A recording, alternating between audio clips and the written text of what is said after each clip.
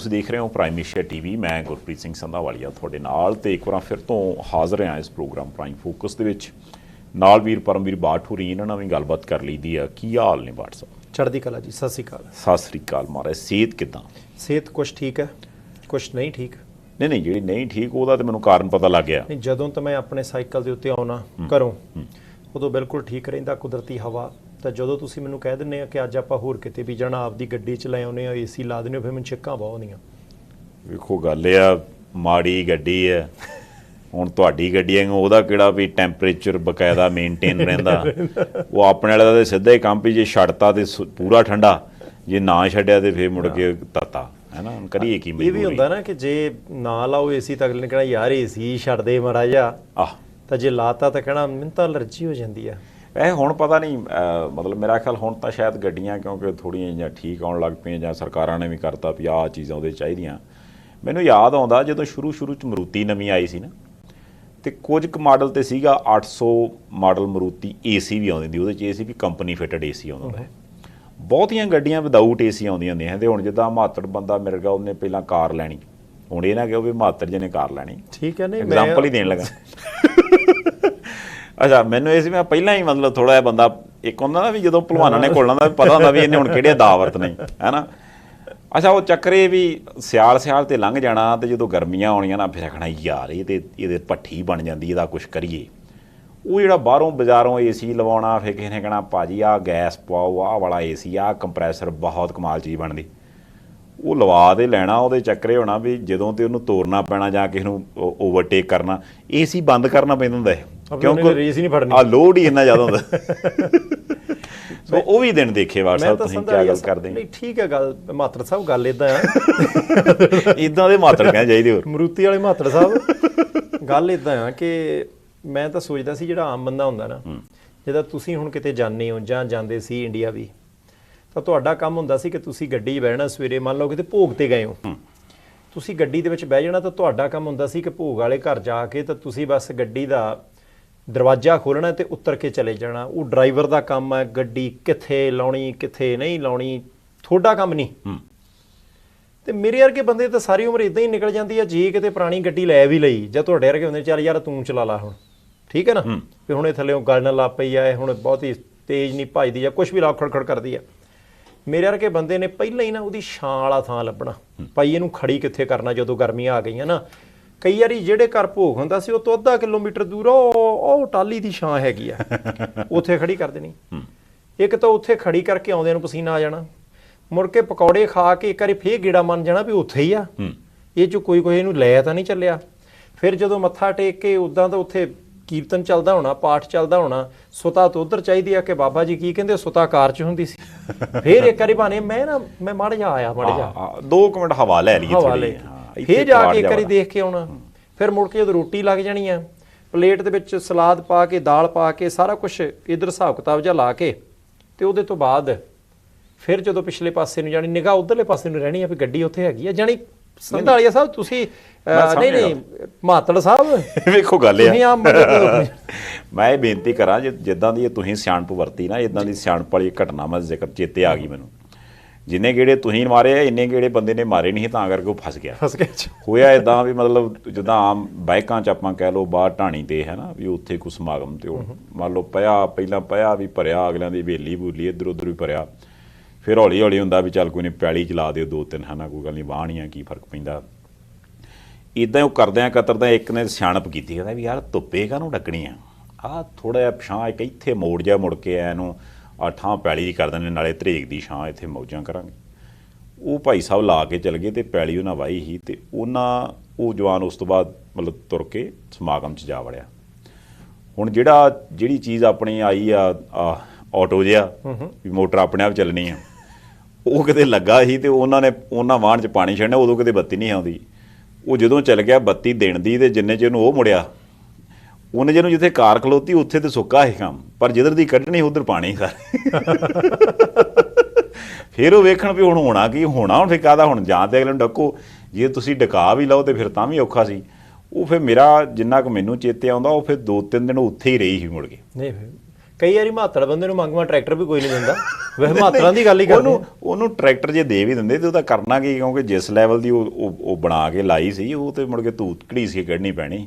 ਤੇ ਜੇ ਕਿਤੇ ਖਿੱਚੀ ਖੁੱਚੀ ਉਹੋ ਜਿਹੇ ਥਾਂ ਤੋਂ ਜਾਂਦੇ ਕਹਿੰਦਾ ਭਾਜੀ ਇਹਦੇ ਨੂੰ ਤੇ 6 ਮਹੀਨੇ ਭਾਵੇਂ ਵਾਹਣ 'ਚ ਹੀ ਰਹੀ ਜਾਂਦੀ ਤਾਂ ਵੀ ਇੰਨੀ ਨਹੀਂ ਗੱਲ ਨਹੀਂ। ਸੰਧਾਲੀਆ ਸਾਹਿਬ ਤੁਹਾਡੇ ਵਰਗੇ ਮਾਤੜ ਜਿਹੜੇ ਆ ਨਾ ਉਹ ਪਹਿਲਾਂ ਅੱਜ ਮਾਤੜ ਤੇ ਰੱਖਣਾ ਮੈਂ ਕਿਹਾ ਵੀ ਜਾਣੀ ਪੰਜਾਬ ਦੇ ਵਿੱਚ ਜਿਹੜੇ ਪੌਣੇ 3 ਕਰੋੜ ਲੋਕ ਰਹਿੰਦੇ ਆ ਨਾ ਉਹਨਾਂ ਦੇ ਵਿੱਚੋਂ 2 ਕਰੋੜ ਤੇ ਤਕਰੀਬਨ 70 ਲੱਖ ਬੰਦੇ ਕਹਿੰਦੇ ਨੇ ਯਾਰ ਇਦਾਂ ਦੇ ਮਾਤੜਾ ਸੀ ਵੀ ਉਹ ਜੀ।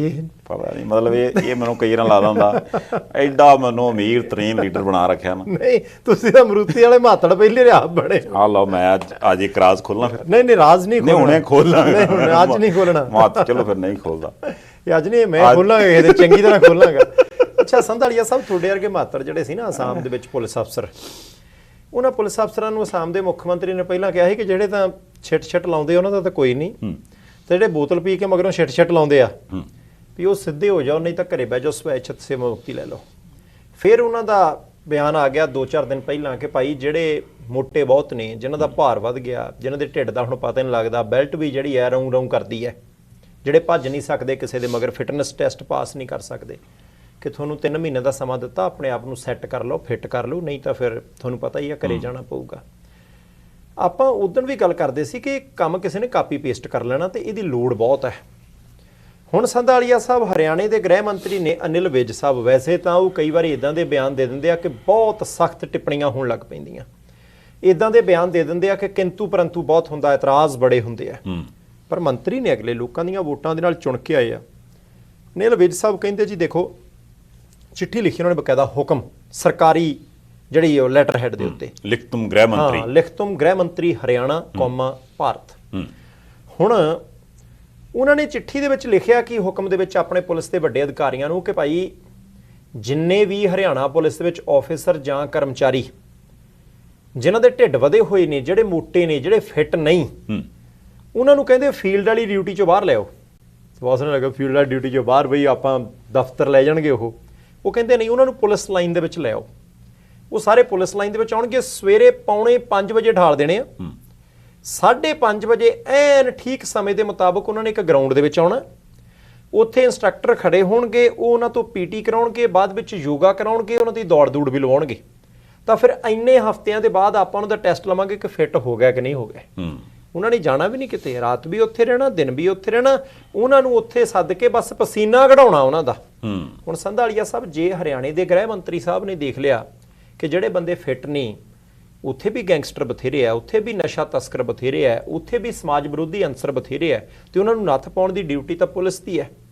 ਤੇ ਜੇ ਅਸਾਮ ਤੋਂ ਬਾਅਦ ਹਰਿਆਣੇ ਵਾਲੇ ਨੇ ਸੋਚ ਲਿਆ, ਮੈਨੂੰ ਨਹੀਂ ਲੱਗਦਾ ਕਿ ਸ਼ੰਭੂ ਬਾਰਡਰ ਪਾਰ ਕਰਨ ਲੱਗਿਆ ਪੰਜਾਬ ਵਾਲੇ ਪਾਸੇ ਇਹ ਗੱਲ ਆਉਂਦਿਆਂ ਹੁਣ ਬਹੁਤੀ ਦੇਰ ਲੱਗਣੀ ਹੈ। ਨਹੀਂ, ਪੰਜਾਬ ਵਾਲੇ ਪਾਸੇ ਤੇ ਅੱਗੇ ਵਿੱਚ ਹੋ ਹਟੀ ਸੀ ਗੱਲ, ਜਦੋਂ ਮੇਰੇ ਖਿਆਲ ਭੰਗੜੇ ਦੀ ਗੱਲ ਵੀ ਚੱਲੀ ਨਾ, ਵੀ ਭੰਗੜਾ ਪਾਉਣਾ ਪਿਆ ਕਰਨਾ ਹੈ ਨਾ। ਪੰਜਾਬ ਪੁਲਿਸ ਦੇ ਜਿਹੜੇ ਬੰਦੇ ਓਵਰਵੇਟ ਨੇ, ਉਹ ਭੰਗੜੇ 'ਚ ਨਾਲੇ ਤੇ ਐਕਸਰਸਾਈਜ਼ ਹੋਊਗੀ, ਨਾਲੇ ਥੋੜਾ ਜਿਹਾ ਉਹਨਾਂ ਦਾ ਜਿਹੜਾ ਖਿਜੇ ਜੇ ਰਹਿੰਦੀ ਉਹ ਥੋੜਾ ਜਿਹਾ ਰਿਲੈਕਸ ਹੋਣਗੇ। ਹੁਣ ਹੋ ਸਕਦਾ ਵੀ ਜੇ ਮੰਨ ਲਓ ਵੀ ਉਧਰਲੇ ਗ੍ਰਹਿ ਮੰਤਰੀ ਸਾਹਿਬ ਨੇ ਕਹਿਤਾ ਵੀ ਜਿਹੜਾ ਬੰਦਾ ਓਵਰਵੇਟ ਹੈ ਉਹ ਲਾਈਨ ਹਾਜ਼ਰ ਕਰ ਦਿਓ ਤੇ ਨਾਲੇ ਕਰੂਗਾ ਪੀਟੀ, ਚਲੋ ਮੈਂ ਨਾ ਵੀ ਇਹਦੇ ਦੋਹਰੇ ਤੇਰੇ ਫਾਇਦੇ ਉਹਨਾਂ ਨੂੰ। ਪਹਿਲਾ ਫਾਇਦਾ ਤਾਂ ਇਹ ਆ ਵੀ ਦੇਖੋ ਜਿਹੜੇ ਬੰਦੇ ਇੱਦਾਂ ਦੇ ਉਹਨਾਂ ਨੂੰ ਜਾਪਦਾ ਵੀ ਯਾਰ ਰੱਖੇ ਵੀ ਆ, ਤਨਖਾਹ ਵੀ ਦਿੰਦੇ ਆ, ਪਰ ਕੰਮ ਦੇ ਨਹੀਂ, ਉਹ ਕੰਮ ਦੇ ਹੋ ਜਾਣਗੇ। ਦੂਜੀ ਗੱਲ ਹੋ ਸਕਦਾ ਵੀ ਘਰ ਦੇ ਵੀ ਵਰਜਦੇ ਹੋਣ ਵੀ ਤੁਸੀਂ ਸਾਰਾ ਦਿਨ ਖਾਈ ਜਾਂਦੇ ਨੇ, ਕਿਤੇ ਬਹਿ ਕੇ ਵੇਖੋ ਤੇ ਸਹੀ ਵੀ ਹਾਲਤ ਕੀ ਬਣੀ ਤੁਹਾਡੀ। ਕਿਸੇ ਵੇਲੇ ਘਰ 'ਚ ਬੀਬੀਆਂ ਭੈਣਾਂ ਉਜਰਤ ਰਾਜ ਉੱਥੇ ਨਾ ਕਰਨ, ਆਂਢਣ ਗੁਆਂਢਣ ਨਾ ਕਰਦੇ ਨੇ, ਭੈਣ ਜੀ ਕੀ ਦੱਸੀਏ ਤੁਹਾਨੂੰ, ਡਾਕਟਰ ਨੇ ਤਾਂ ਉਹਨਾਂ ਨੂੰ ਆਪ ਆਖਿਆ ਵੀ ਤੂੰ ਛੱਡ ਦੇ ਨੇ, ਤੂੰ ਮਰ ਜਾਣਾ, ਅੱਖ ਹੀ ਨਹੀਂ ਲੱਗਦਾ। ਉਹ ਧੱਕੇ ਨਾਲ ਹੀ ਸਹੀ ਚੁੱਕ ਕੇ ਲਿਜਾ ਕੇ ਜੇ ਬੰਦਾ ਤੰਦਰੁਸਤ ਕਰ ਦੇਣਗੇ। ਬੁੜੀਆਂ ਨੇ ਤੇ ਸੀਸਾਂ ਦੇਣੀਆਂ ਗ੍ਰਹਿ ਮੰਤਰੀ ਸਾਹਿਬ ਨੂੰ ਵੀ ਆਹ ਬਹੁਤ ਵਧੀਆ ਕੀਤਾ ਜੀ। ਹੋ ਸਕਦਾ ਇੱਥੋਂ ਗੱਲ ਨਿਕਲਦੀ ਹੋਰਨਾਂ ਮਹਿਕਮੇ ਵਾਲੇ ਪਾਸੇ ਵੀ ਚਲੀ ਜਾਵੇ ਵੀ ਗ੍ਰਹਿ ਮੰਤਰੀ ਸਾਹਿਬ ਪੁਲਿਸ ਵਾਲੇ ਤੇ ਹੁਣ ਤੁਸੀਂ ਫਿੱਟ ਕਰ ਦਿੱਤੇ ਆ, ਯੋਗਾ ਇੰਸਟ੍ਰਕਟਰ ਦਾ ਵੀ ਤੁਹਾਨੂੰ ਪਤਾ, ਹੁਣ ਤੁਹਾਨੂੰ ਹਿਸਾਬ ਵੀ ਆ ਗਿਆ ਵੀ ਕਰੇਲਿਆਂ ਦਾ ਜੂਸ ਪਿਆਉਣਾ, ਕਿ ਕਿਹੜੀ ਕਸਰਤ ਕਰਾਉਣੀ ਆ, ਬਾਕੀ ਮਹਿਕਮੇ ਵਾਲੇ ਵੀ ਚਾ ਕੇ ਖੜੋ। ਇੱਕ ਨਹੀਂ ਹੋ ਸਕਦਾ ਬਹੁਤ ਵੱਡੀ ਮੰਗ ਉੱਠੇ ਕਿ ਲੀਡਰ ਵੀ ਫਿੱਟ ਚਾਹੀਦੇ ਆ, ਕਿਉਂਕਿ ਲੀਡਰਾਂ ਇਹ ਜਿਹੜੀ ਗੱਲ ਤੁਸੀਂ ਕੀਤੀ ਹੈ ਨਾ, ਇਹ ਠੀਕ ਨਹੀਂ ਲੱਗੀ ਮੈਨੂੰ। ਦੇਖੋ ਸੰਧਾਲੀਆ ਸਾਹਿਬ, ਮੰਨ ਲਓ ਕਿਤੇ ਕੁਦਰਤੀ ਕਰੋਪੀ ਆ ਜਾਏ, ਕਿਤੇ ਹੜ੍ਹ ਆ ਜਾਏ, ਕਿੱਥੇ ਤਾਂ ਲੋਕਾਂ ਨੂੰ ਸਾਹਮਣਾ ਹੁੰਦਾ, 10 ਜਣੇ ਲੀਡਰ ਨੂੰ ਸਾਂਭਦੇ ਹੁੰਦੇ, ਉੱਥੇ ਮੌਕਾ ਦੇਖਣ ਗਏ, ਬਹੁਤ ਸਾਰੀਆਂ ਚੀਜ਼ਾਂ ਹੋ ਜਾਂਦੀਆਂ। ਅਜੇ ਆਪਣੀ ਤੇ ਉਦਾਹਰਨ ਆਉਂਦੇ ਨੇ, ਤੇ ਲੇਟੈਸਟ ਉਦਾਹਰਨ ਇੱਕ ਉਹ ਹਰਿਆਣੇ ਵਾਲਾ ਨਹੀਂ ਸੀ, ਇਮਰਾਨ ਖਾਨ ਦੀ ਸਰਕਾਰ ਵਾਲੇ ਮੰਤਰੀ, ਜਿਹੜਾ ਇਮਰਾਨ ਖਾਨ ਦੀ ਪਾਰਟੀ ਦਾ ਇੱਕ ਮੰਤਰੀ ਸੀਗਾ ਥੋੜੇ ਦਿਨ ਪਹਿਲਾਂ ਹਰਿਆਣੇ ਦਾ। ਨਹੀਂ ਜੀ, ਨਹੀਂ ਪਾਕਿਸਤਾਨ ਅੱਛਾ, ਤੁਸੀਂ ਹਰਿਆਣੇ ਦਾ ਕਹਿ ਗਏ ਨਾ? ਨਹੀਂ ਮੈਂ ਪਾਕਿਸਤਾਨ ਕਹਿਣਾ ਸੀ, ਮਾਫੀ ਚਾਹਾਂਗੇ। ਅਸੀਂ ਮਾਤੜ ਮਾਫੀ ਤੁਹਾਨੂੰ ਦਿੱਤੀ। ਹਾਂ ਦੇਖੋ ਗੱਲ ਹੈ ਵੀ ਪਾਕਿਸਤਾਨ 'ਚ ਨਾ ਉਹ ਜਾਂਦਾ ਤੇ ਉਹ ਕੋਰਟ ਦੇ ਬਾਹਰ ਜਦੋਂ ਉਹਨੇ ਵੇਖਿਆ ਮੈਨੂੰ ਪੁਲਿਸ ਵਾਲੇ ਘੇਰਦੇ ਤੇ ਉਹ ਭੱਜ ਗਿਆ ਅੱਗੇ ਲਾ ਕੇ। ਉਹ ਭੱਜਿਆ ਕਿਤੇ ਕਿੰਨਾ ਕੁ ਜਾਣਾ ਹੈ, ਉੱਥੋਂ ਹਫਿਆ ਲਿਆਂਦਾ, ਜੀਬ ਉਹਦੀ ਬਾਹਰ ਨਿਕਲੀ, ਬੁੱਲ ਸੁੱਕੇ 2 ਬੰਦਿਆਂ ਨੇ ਮੋਢਿਆਂ ਤੋਂ ਫੜਿਆ ਵੀ ਮੰਤਰੀ ਸਾਹਿਬ ਕੋਈ ਨਹੀਂ ਆ ਜਾਓ। ਹੋ ਸਕਦਾ ਉਦੋਂ ਕਿਸੇ ਨੇ ਕਿਹਾ ਵੀ ਯਾਰ ਇਹਦੇ ਤੈਨੂੰ ਉਹ ਫੜ ਲੈਂਦੇ ਤਾਂ ਠੀਕ ਸੀ, ਨਹੀਂ ਤੂੰ ਮਰ ਜਾਣਾ ਭੱਜ ਕੇ। ਨਹੀਂ ਉਹ ਤਾਂ ਇਦਾਂ ਲੱਗਦਾ ਸੀ ਵੀ ਉਹ ਹੈ ਨਹੀਂ, 2 ਸਾਹ ਹੀ ਉਹਦੇ ਹੋਰ ਰਹਿ ਗਏ ਨੇ, ਬਾਕੀ ਸਾਰੇ ਲੀਡਰਾਂ ਨੂੰ ਦੌੜ ਲਾਉਣੀ ਚਾਹੀਦੀ ਹੈ। ਇਹ ਬੜਾ ਜ਼ਰੂਰੀ ਹੈ, ਸਿੱਟਾ ਨਿਕਲਦਾ। ਸਿੱਟਾ ਇਹ ਹੈ ਕਿ ਵੀ ਜ਼ਰੂਰ ਦੌੜ ਲਾਈ ਜਾਵੇ। ਬਾਕੀ ਸੰਧਾਲੀਆ ਸਾਹਿਬ ਹੁਣ ਭੋਰਾ ਅਗਲੇ ਪਾਸੇ ਨੂੰ ਤੁਰਦੇ ਆਂ ਤੇ ਆਪਾਂ ਜੇ ਸਿੱਧੇ ਤੌਰ ਦੇ ਉੱਤੇ ਚਰੀਏ ਤਾਂ ਸ਼੍ਰੋਮਣੀ ਗੁਰਦੁਆਰਾ ਪ੍ਰਬੰਧਕ ਕਮੇਟੀ ਦੀ ਕਹਿੰਦੇ ਮੀਟਿੰਗ ਇੱਕ ਹੋਣੀ ਹੈ। ਹਾਂ, ਅੰਤਰਿੰਗ ਕਮੇਟੀ ਦੀ ਮੀਟਿੰਗ ਹੈ। ਅੰਤਰਿੰਗ ਕਮੇਟੀ ਦੀ ਹੁਣ ਜੇ ਕੋਈ ਬੰਦਾ ਪੁੱਛੇ ਜੀ ਅੰਤਰਿੰਗ ਕਮੇਟੀ ਕੀ ਹੁੰਦੀ ਹੈ, ਤੁਹਾਡੇ ਵਰਗੇ ਮਾਤੜ ਸਿਆਣਿਆਂ ਨੂੰ ਤਾਂ ਪਤਾ ਹੋ ਸਕਦਾ, ਕਿਸੇ ਆਮ ਬੰਦੇ ਨੂੰ ਨਾ ਪਤਾ ਹੋਵੇ। ਹੁਣ ਐਸਜੀਪੀਸੀ ਦੇ ਜਿਹੜੇ 170 ਕਹਿ ਲਓ ਜਾਂ 185 ਕਹਿ ਲਓ ਜਿਹੜੇ ਸਧਾਰਨ ਮੈਂਬਰ ਨੇ, ਜਿਨ੍ਹਾਂ ਦਾ ਸਧਾਰਨ ਇਜਲਾਸ ਹੁੰਦਾ ਹੈ, ਜਿਨ੍ਹਾਂ ਦੇ ਕੋਲ ਅਧਿਕਾਰ ਹੈ ਕਿ ਉਹ ਸ਼੍ਰੋਮਣੀ ਗੁਰਦੁਆਰਾ ਪ੍ਰਬੰਧਕ ਕਮੇਟੀ ਵੱਲੋਂ ਕੀਤੇ ਜਾਣ ਵਾਲੇ ਕਿਸੇ ਵੀ ਫੈਸਲੇ ਦੇ ਉੱਤੇ ਮੋਹਰ ਲਾਉਂਦੇ ਆ, ਪਰ ਉਹ 150-200 ਬੰਦਾ ਹਰ ਵੇਲੇ ਹਾਜ਼ਰ ਨਹੀਂ ਹੁੰਦਾ, ਹਰ ਵੇਲੇ ਉਹ ਇਕੱਠਾ ਨਹੀਂ ਹੁੰਦਾ। ਉਹਨਾਂ ਦੀ ਥਾਂ ਦੇ ਉੱਤੇ ਜਿੱਦਾਂ ਵਿਧਾਨ ਸਭਾ ਦੇ ਫੈਸਲੇ ਕੈਬਨਿਟ ਕਰ ਲੈਂਦੀ ਆ, ਮੁੜ ਕੇ ਮੋਹਰ ਲਵਾ ਲੈਂਦੀ ਹੈ।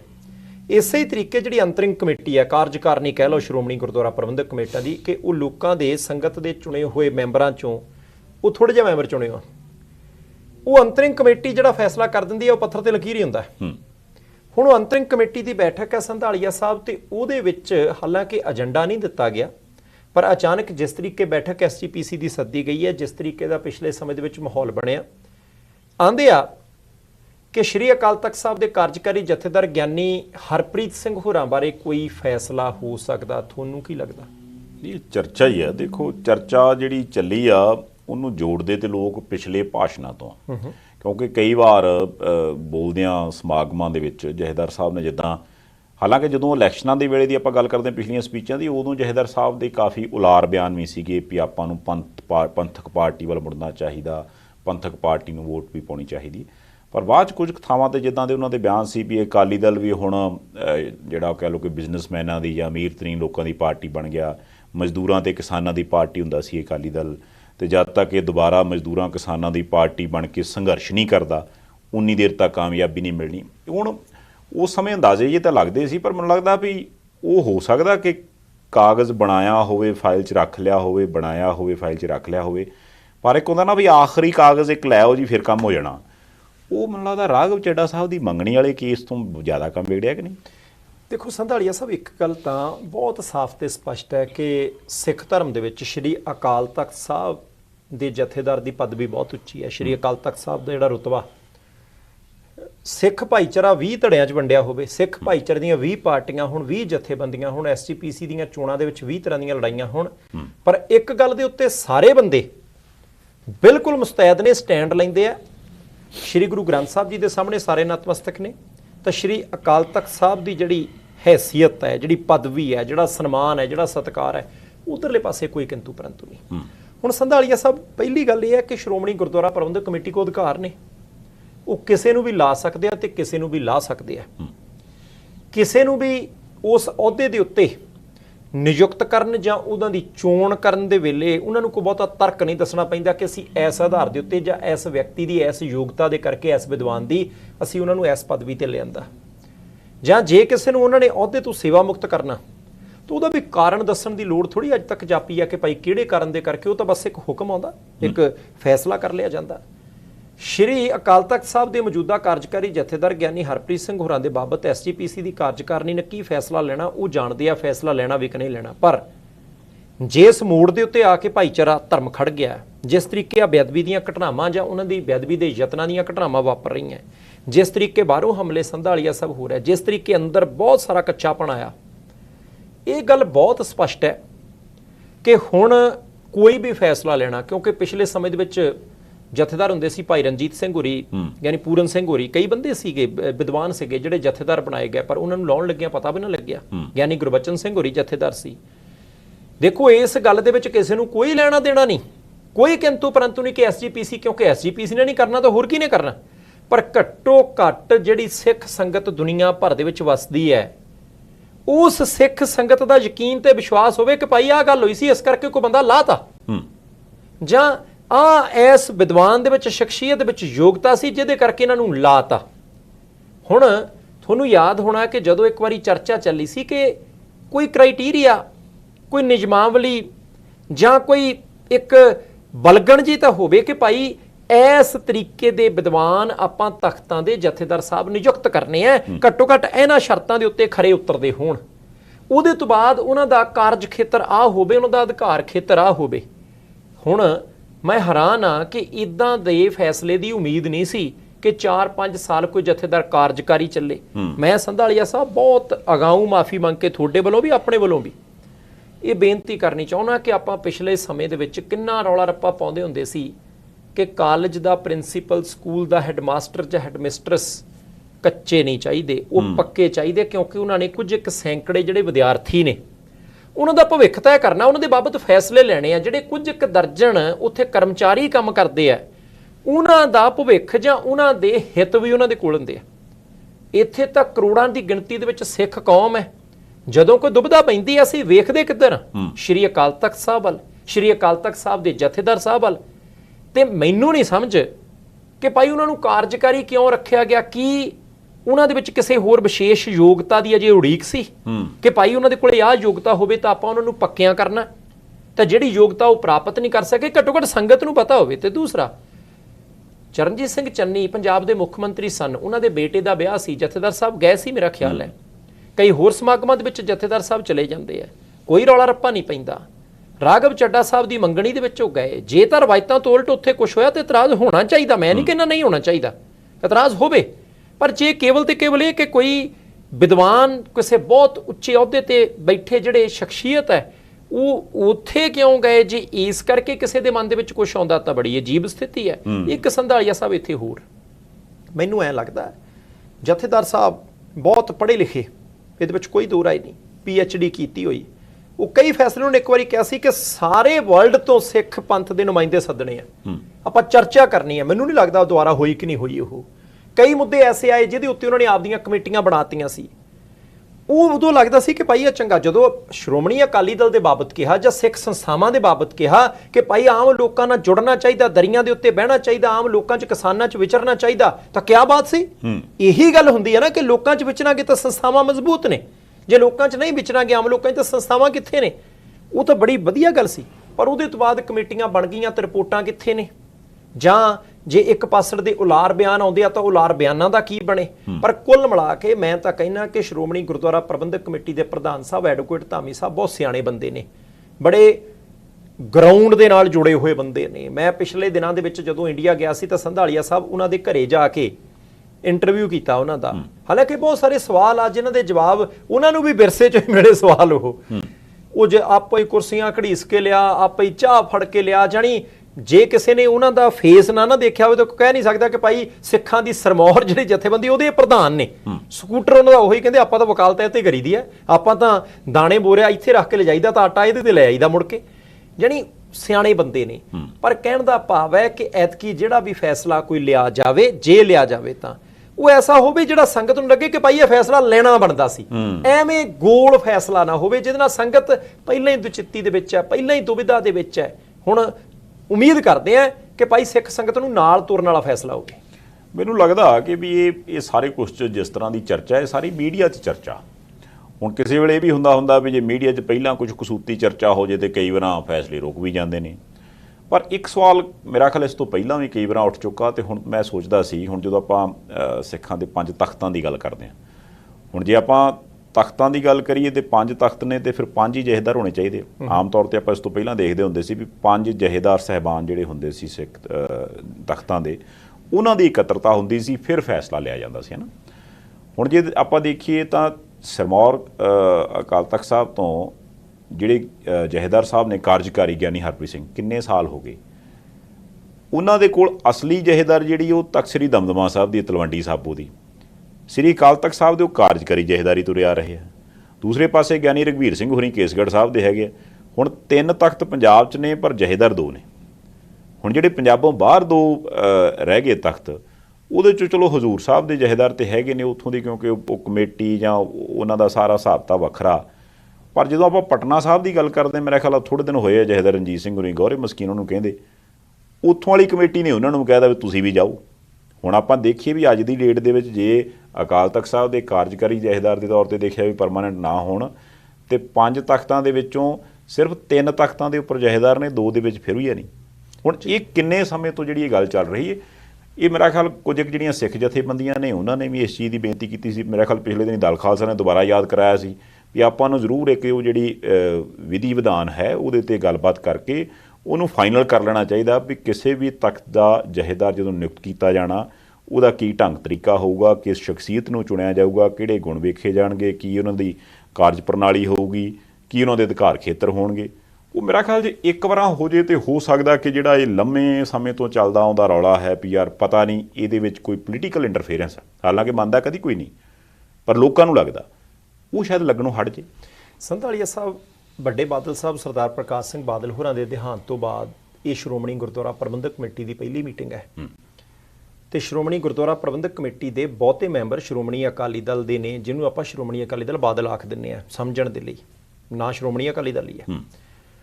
ਹੁਣ ਬਾਦਲ ਸਾਹਿਬ ਦੇ ਦੇਹਾਂਤ ਤੋਂ ਬਾਅਦ ਮੀਟਿੰਗ ਹੈ, ਪਹਿਲੀ ਮੀਟਿੰਗ ਹੈ, ਇਸ ਕਰਕੇ ਵੀ ਇੰਪੋਰਟੈਂਟ ਹੈ। ਸਾਰੇ ਪਾਰਟੀ ਦੇ ਜਿਹੜੇ ਨੁਮਾਇੰਦੇ ਨੇ, ਮੈਂਬਰ ਨੇ, ਉਹ ਕੀ ਸਮਝਦੇ ਹੋਣਗੇ। ਦੂਸਰੀ ਗੱਲ ਮੈਂ ਇੱਕ ਬੇਨਤੀ ਕਰਨਾ ਚਾਹੁੰਦਾ ਕਿ ਜਦੋਂ ਵੀ ਕੋਈ ਫੈਸਲਾ ਹੁਣ ਦੀ ਮੀਟਿੰਗ 'ਚ ਲੈਣਾ ਜਾਂ ਕਦੇ ਵੀ ਲੈਣਾ, ਜਦੋਂ ਤਖਤਾਂ ਦੇ ਜਥੇਦਾਰ ਸਾਹਿਬਾਨਾਂ ਦੇ ਸੰਬੰਧ 'ਚ ਫੈਸਲਾ ਲੈਣਾ, ਤਾਂ ਇੱਕ ਗੱਲ ਆਪਾਂ ਸਮਝੀਏ, ਇਹ ਮਸਲਾ ਹੁਣ ਬਹੁਤ ਦੂਰ ਚਲਾ ਗਿਆ। ਉਹਨਾਂ ਨੇ ਸਮੁੱਚੇ ਸਿੱਖ ਭਾਈਚਾਰੇ ਨੂੰ ਧਿਆਨ ਦੇ ਵਿੱਚ ਰੱਖ ਕੇ ਫੈਸਲੇ ਲੈਣੇ ਜਥੇਦਾਰ ਸਾਹਿਬ ਨੂੰ, ਜਿਹੜਾ ਵੀ ਆਪਾਂ ਜਥੇਦਾਰ ਬਣਾਵਾਂਗੇ ਜਾਂ ਜਿਨ੍ਹਾਂ ਨੂੰ ਵੀ ਸੇਵਾ ਤੋਂ ਮੁਕਤ ਕਰਨਾ ਹੈ। ਹੁਣ ਸਿੱਖ ਭਾਈਚਾਰਾ ਪੰਜਾਬ 'ਚ ਹੀ ਥੋੜ੍ਹਾ ਆ, ਹੁਣ ਤਾਂ ਤੁਸੀਂ ਦੇਖੋ ਕਿ ਜਾਣੀ ਕਿੰਨੇ ਕੈਲੀਬਰ ਵਾਲੇ ਜਥੇਦਾਰ ਚਾਹੀਦੇ ਨੇ, ਉਹਨਾਂ ਦੇ ਉੱਤੇ ਕੋਈ ਕਿਸੇ ਤਰ੍ਹਾਂ ਦਾ ਦਬਾਅ ਨਾ ਹੋਵੇ, ਉਹਨਾਂ ਨੂੰ ਐ ਨਾ ਲੱਗਦਾ ਹੋਵੇ ਕਿ ਅਸੀਂ ਕੀ, ਉਹਨਾਂ ਦਾ ਮਕਸਦ ਤਾਂ ਸਿਰਫ ਪੰਥ ਨੂੰ ਦੇਖਣਾ ਹੋਵੇ। ਹੁਣ ਸਿੱਖ ਪੰਜਾਬ 'ਚ ਨੇ, ਲੱਖਾਂ ਦੀ ਗਿਣਤੀ ਦੇ ਵਿੱਚ ਕੈਨੇਡਾ 'ਚ ਨੇ, ਲੱਖਾਂ ਦੀ ਗਿਣਤੀ 'ਚ ਅਮਰੀਕਾ 'ਚ ਨੇ, ਲੱਖਾਂ ਦੀ ਗਿਣਤੀ 'ਚ ਇੰਗਲੈਂਡ 'ਚ ਨੇ, ਲੱਖਾਂ ਦੀ ਗਿਣਤੀ 'ਚ ਨਿਊਜ਼ੀਲੈਂਡ ਨੇ, ਲੱਖਾਂ ਦੀ ਗਿਣਤੀ ਦੇ ਵਿੱਚ ਆਸਟ੍ਰੇਲੀਆ ਨੇ, ਲੱਖਾਂ ਦੀ ਗਿਣਤੀ 'ਚ ਯੂਰਪ 'ਚ ਨੇ, ਅਰਬ ਦੇਸ਼ਾਂ ਦੇ ਵਿੱਚ ਕਿਹੜਾ ਘੱਟ ਆ, ਏਸ਼ੀਆ ਦੇ ਵੱਖ-ਵੱਖ ਮੁਲਕਾਂ ਦੇ ਵਿੱਚ ਨੇ, ਭਾਰਤ ਦੇ ਵੱਖ-ਵੱਖ ਸੂਬਿਆਂ 'ਚ ਨੇ। ਹਰ ਜਗ੍ਹਾ ਦੇ ਉੱਤੇ ਸਿੱਖ ਭਾਈਚਾਰੇ ਦੀਆਂ ਵੱਖਰੀਆਂ ਸਮੱਸਿਆਵਾਂ ਨੇ, ਵੱਖਰੀਆਂ ਚੁਣੌਤੀਆਂ ਨੇ, ਵੱਖਰੇ ਤਰ੍ਹਾਂ ਦੀ ਪੜ੍ਹਾਈ ਹੈ। ਹੁਣ ਜਥੇਦਾਰ ਸਾਹਿਬ ਜਿਹੜੇ ਵੀ ਹੋਣ, ਉਹ ਜਥੇਦਾਰ ਸਾਹਿਬ ਨੇ ਕਿੱਧਰਲੇ ਪਾਸੇ ਨੂੰ ਫੈਸਲੇ ਲੈਣੇ ਆ, ਸਾਰੀ ਚੀਜ਼ ਨੂੰ ਧਿਆਨ ਦੇ ਵਿੱਚ ਰੱਖਣਾ ਹੈ। ਸਥਿਤੀਆਂ ਕਿੱਧਰਲੇ ਪਾਸਿਓਂ ਬਦਲ ਰਹੀਆਂ ਹੈ, ਚੁਣੌਤੀਆਂ ਕੌਮ ਦੇ ਅੱਗੇ ਕਿਹੜੀਆਂ ਆ ਰਹੀਆਂ, ਜਿੰਨੀਆਂ ਚੁਣੌਤੀਆਂ ਨੇ ਜਥੇਦਾਰ ਸਾਹਿਬ ਤਾਂ ਉਧਰਲੇ ਪਾਸੇ ਮਸਾਂ ਵੇਖ ਸਕਣਗੇ। ਤਾਂ ਜੇ ਆਪਾਂ ਹੋਰ ਕਿਸੇ ਸੰਕੁਚਿਤ ਜਿਹਾ ਕੰਮ ਕਰਕੇ ਜਾਂ ਥੋੜੇ ਜਿਹਾ ਛੋਟੇ ਕਲੈਬਰ ਦੇ ਵਿੱਚ ਸਾਰਾ ਕੁਝ ਦੇਖ ਕੇ ਫੈਸਲੇ ਲਵਾਂਗੇ ਕਿ ਕੌਣ ਹੋਏਗਾ ਜਾਂ ਕੌਣ ਲਿਥੇਗਾ, ਫਿਰ ਨੁਕਸਾਨ ਵੱਡਾ ਹੋ ਜਾਣਾ। ਗੱਲ ਹੈ ਵਾਰ ਸਾਹਿਬ ਕਿ ਵੀ ਜਿੱਦਾਂ ਚੁੰਬਕੀ ਸ਼ਖਸੀਅਤ ਹੋਣੀ ਚਾਹੀਦੀ ਹੈ, ਜਿਹੜੀ ਕਿ ਜਿਹੜਾ ਆਪਾਂ ਨੂੰ ਲੱਗਦਾ ਕਿ ਦੂਰ ਦਰਾਸ ਬੈਠੇ ਕੁਝ ਲੋਕਾਂ ਦਾ ਇਤਰਾਜ਼ ਹੈ ਉਜਰਿਆ, ਚਾਹੇ ਉਹ ਪੋਲੀਟੀਕਲ ਕਾਰਨਾਂ ਕਰਕੇ ਆ ਜਾਂ ਕੁਝ ਪਿਛਲੇ ਸਮੇਂ 'ਚ ਹੋਈਆਂ ਘਟਨਾਵਾਂ ਦਾ ਕਰਕੇ ਆ, ਜਾਂ ਵੈਸੇ ਹੀ ਕਿਸੇ ਦੀ ਕਿਸੇ ਨਾਲ ਕੋਈ ਪਰਸਨਲ ਰੰਜਿਸ਼ ਹੈ, ਇਸ ਕਰਕੇ ਉਹਨੇ ਆਖਿਆ ਵੀ ਜੇ ਇਸ ਧਿਰ ਨਾਲ ਹੈ ਤਾਂ ਮੈਂ ਇਸ ਧਿਰ ਨਾਲ ਆ। ਤਾਂ ਕੋਈ ਇਹੋ ਜਿਹੀ ਸ਼ਖਸੀਅਤ ਹੋਵੇ ਜਿਹੜੀ ਉਹ ਸਾਰੇ ਨੂੰ ਸਮੁੱਚੇ ਜਿਹੜਾ ਉਹ ਆਪਸ ਦੇ ਵਿੱਚ ਕਹਿ ਲਓ ਕਿ ਖਿੰਡਿਆ ਕੰਮ ਆ, ਉਹਨੂੰ ਸਾਰੇ ਕੁਝ ਨੂੰ ਜੋੜ ਕੇ ਇੱਕ ਥਾਂ ਕਰ ਲਏ, ਕਿਉਂਕਿ ਏਕੇ ਦੀ ਲੋੜ ਹੈ। ਇਹ ਸਭ ਤੋਂ ਜ਼ਰੂਰੀ ਹੈ। ਸੰਧਾਲੀਆ ਸਾਹਿਬ, ਜਦੋਂ ਆਪਾਂ ਕਹਿੰਦੇ ਨਾ ਕਿ ਦੁਨਿਆਵੀ ਅਦਾਲਤਾਂ ਤੋਂ ਉੱਪਰ ਆ ਸ਼੍ਰੀ ਅਕਾਲ ਤਖਤ ਸਾਹਿਬ, ਜਦੋਂ ਦੁਨਿਆਵੀ ਅਦਾਲਤਾਂ ਤੋਂ ਉੱਪਰ ਆਪਾਂ ਤਾਂ ਕਈ ਵਾਰ ਇਹ ਵੀ ਬਹੁਤ ਹੁੰਦਾ ਯਾਰ ਜਥੇਦਾਰ ਸਾਹਿਬ ਥੋੜੀ ਕਿਸੇ ਅਦਾਲਤ ਦੇ ਵਿੱਚ ਜਾਣਗੇ, ਤਾਂ ਫਿਰ ਉਹ ਜਥੇਦਾਰ ਸਾਹਿਬ ਦਾ ਅਹੁਦਾ ਕਿੰਨਾ ਉੱਚਾ ਤੇ ਉਹਨੂੰ ਉੱਚਾ ਆਪਾਂ ਕਿੱਦਾਂ ਰੱਖਣਾ, ਉਹਦੇ ਲਈ ਕਿੰਨੇ ਉੱਚੇ ਤੇ ਸੁੱਚੇ ਫੈਸਲੇ ਕਰਨੇ ਪੈਣੇ ਆ। ਕੌਮ ਦੇਖਦੀ ਹੈ। ਸੰਧਾਲੀਆ ਸਾਹਿਬ, ਅਜਨਾਲਾ ਥਾਣੇ ਵਾਲੀ ਘਟਨਾ ਘਟੀ ਸੀ, ਮੈਂ ਇੱਕ ਛੋਟੀ ਜਿਹੀ ਐਗਜ਼ਾਮਪਲ ਦਿੰਨਾ। ਉਹਦੇ ਤੋਂ ਬਾਅਦ ਚਾਹੇ ਕੋਈ ਬੰਦਾ ਸ਼੍ਰੋਮਣੀ ਗੁਰਦੁਆਰਾ ਪ੍ਰਬੰਧਕ ਕਮੇਟੀ ਦੀ ਮੌਜੂਦਾ ਮੈਨੇਜਮੈਂਟ ਨਾਲ ਸਹਿਮਤ ਸੀ, ਚਾਹੇ ਨਹੀਂ ਸੀ, ਚਾਹੇ ਇਹਨਾਂ ਦਾ ਸੀ ਜਾਂ ਕਿਸੇ ਦਾ ਸੀ, ਉਹਨਾਂ ਸਾਰਿਆਂ ਕਿਹਾ ਜਥੇਦਾਰ ਸਾਹਿਬ ਤੁਸੀਂ ਨਿਯਮ ਬਣਾਓ। ਇਹਦੇ ਤੋਂ ਹੀ ਪਤਾ ਲੱਗਦਾ ਹੈ ਕਿ ਜਦੋਂ ਕਿਤੇ ਦੁਬਿਧਾ ਆ, ਦੁਚਿੱਤੀ ਹੈ ਕਿ ਕੀ ਕੀਤਾ ਜਾਵੇ, ਉਦੋਂ ਸਾਰਾ ਪੰਥ ਸ਼੍ਰੀ ਅਕਾਲ ਤਖਤ ਸਾਹਿਬ ਵੱਲ ਦੇਖਦਾ, ਤੇ ਅਕਾਲ ਤਖਤ ਸਾਹਿਬ ਤੇ ਫੈਸਲਾ ਜਥੇਦਾਰ ਸਾਹਿਬ ਨੇ ਦੇਣਾ, ਤੇ ਉਸ ਜਥੇਦਾਰ ਸਾਹਿਬ ਬਾਰੇ ਫੈਸਲਾ ਕਿਵੇਂ ਦਿੱਤਾ ਜਾਵੇ, ਕਿਹਨਾਂ ਨਿਯਮਾਂ ਮੁਤਾਬਕ ਦਿੱਤਾ ਜਾਵੇ, ਕਿੰਨੇ ਉੱਚੇ ਤੇ ਸੁੱਚੇ ਸਿਧਾਂਤਾਂ ਦੇ ਤਹਿਤ ਦਿੱਤਾ ਜਾਵੇ, ਕੁਝ ਨਿਰਧਾਰਨ ਤਾਂ ਹੋਣਾ ਹੀ ਚਾਹੀਦਾ। ਨਹੀਂ, ਉਹ ਬੜਾ ਜ਼ਰੂਰੀ ਆ। ਚਲੋ ਆਪਾਂ ਆਸ ਕਰਦੇ ਜਦੋਂ ਮੀਟਿੰਗ ਤੋਂ ਬਾਅਦ ਫੈਸਲੇ ਹੋਣਗੇ ਵੀ ਕੀ ਹੁੰਦਾ ਕੀ ਨਹੀਂ ਹੁੰਦਾ, ਇਹ ਵੀ ਸਮਾਂ ਦੱਸੋ। ਖੈਰ, ਇਹ ਤੁਸੀਂ ਸੋਹਣਾ ਯਾਦ ਕਰਾਇਆ ਵੀ ਅਜਨਾਲਾ ਘਟਨਾ ਤੋਂ ਬਾਅਦ ਜਿਹੜੀ ਇੱਕ ਕਮੇਟੀ ਦੀ ਗੱਲ ਕੀਤੀ ਸੀ ਵੀ 15 ਦਿਨਾਂ 'ਚ ਰਿਪੋਰਟ ਚਾਹੀਦੀ ਹੈ, ਉਹ ਰਿਪੋਰਟ ਵੀ ਜਥੇਦਾਰ ਸਾਹਿਬ ਕੋਲ ਮਿਲ ਗਈ ਸੀ। ਬਾਅਦ 'ਚੋਂ ਕਹਿੰਦੇ ਵੀ ਦਸਤਖਤ ਸਾਰੇ ਬੰਦਿਆਂ ਨੇ ਨਹੀਂ ਕੀਤੇ। ਹੁਣ ਵਾਹਵਾ ਚਿਰ ਲੰਘ ਗਿਆ, ਉਸ ਤੋਂ ਬਾਅਦ ਉਹ ਬੰਦੇ ਪਤਾ ਨਹੀਂ ਲੱਭੇ ਨਹੀਂ ਜਾਂ ਜਥੇਦਾਰ ਸਾਹਿਬ ਨੇ ਪੁੱਛਿਆ ਨਹੀਂ। ਲੋਕ ਉਹ ਵੀ ਤੇ ਉਡੀਕਦੇ ਆ ਨਾ ਵੀ ਕਮੇਟੀ ਦੀ ਰਿਪੋਰਟ ਦਾ ਕੀ ਬਣਿਆ। ਨਹੀਂ, ਉਹ ਜ਼ਰੂਰੀ ਹੈ। ਇਹਦੇ ਮੈਂ ਤਾਂ ਹਮੇਸ਼ਾ ਸੰਧਾਲੀਆ ਸਾਹਿਬ ਇਹ ਕਹਿਣਾ ਕਿ ਸਾਡੇ ਤੋਂ ਸਾਰੇ ਹੀ ਸਿਆਣੇ ਨੇ, ਜਿੰਨੇ ਵੀ ਸੰਗਤ ਦੇ ਵਿੱਚ ਬੰਦੇ ਨੇ ਨਾ, ਸਾਰੇ ਸਿਆਣੇ ਆ, ਪਰ ਅਸੀਂ ਅਗਲੀ ਘਟਨਾ ਦੀ ਉਡੀਕ ਨਹੀਂ ਕਰ ਸਕਦੇ। ਸਾਨੂੰ ਪਹਿਲਾਂ ਪਤਾ ਹੋਣਾ ਚਾਹੀਦਾ ਕਿ ਸਾਨੂੰ ਆ ਰਾਹ ਦਿਖਾ ਦਿੱਤਾ ਗਿਆ, ਸਾਨੂੰ ਆ ਹੁਕਮ ਲਾ ਦਿੱਤਾ ਗਿਆ, ਹੁਕਮ ਦੇਤਾ ਤੇ ਹੁਕਮ ਦੇ ਮੁਤਾਬਕ ਚੱਲਣਾ। ਬਿਲਕੁਲ ਸਹੀ। ਅੱਛਾ, ਅਗਲੀ ਗੱਲ ਆਪਾਂ ਕਰ ਲਈਏ। ਮੇਰਾ ਖਿਆਲ ਜਿੱਦਣ ਸੁਪਰੀਮ ਕੋਰਟ 'ਚੋਂ ਫੈਸਲਾ ਆਇਆ ਸੀ ਉਦੋਂ ਲਗਭਗ ਸਾਰੇ ਪਾਸੇ, ਖਾਸ ਕਰਕੇ ਆਮ ਆਦਮੀ ਪਾਰਟੀ ਦੇ ਜਿਹੜੇ ਦਿੱਲੀ, ਪੰਜਾਬ ਜਾਂ ਹੋਰਨਾਂ ਥਾਵਾਂ ਦੇ ਲੀਡਰ ਸੀ, ਬੜੇ ਖੁਸ਼, ਕਹਿੰਦੇ ਲੈ ਵੀ ਹੁਣ ਬਣੀ ਉਹ ਗੱਲ। 2015 'ਚ ਕੇਜਰੀਵਾਲ ਸਾਹਿਬ ਕਹਿੰਦੇ ਸੀ ਵੀ ਜਦੋਂ ਸਾਡੀ ਸਰਕਾਰ ਬਣੀ ਆ ਨਾਲ ਦੀ ਨਾਲ ਹੀ ਸਾਡੇ ਪਰ ਕਤਰਤੇ ਸੀ। ਉਹ ਕਹਿੰਦੇ ਸੀ ਇੱਦਾਂ ਮੈਨੂੰ ਲੱਗਦਾ ਸੀ ਵੀ ਮੇਰੀਆਂ ਬਾਹਾਂ ਬੰਨ੍ਹ ਕੇ ਕਿਸੇ ਮੈਨੂੰ ਪਾਣੀ 'ਚ ਸੁੱਟਤਾ ਹੋਵੇ ਵੀ ਹੁਣ ਤਰ ਕੇ ਵਿਖਾ ਜੀ।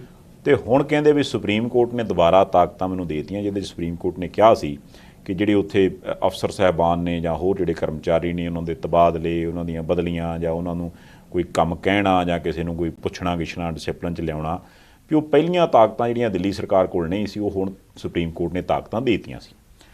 ਉਹਨਾਂ ਨੂੰ ਲੱਗਿਆ ਸੀ ਵੀ ਕੰਮ ਹੁਣ ਸਾਡੇ ਲੋਟ ਆ ਗਿਆ ਤੇ ਹੁਣ ਵੇਖੀਆਂ ਆਪਾਂ ਵੱਟ ਕਿੱਦਾਂ ਕੱਢਦੇ ਹਾਂ।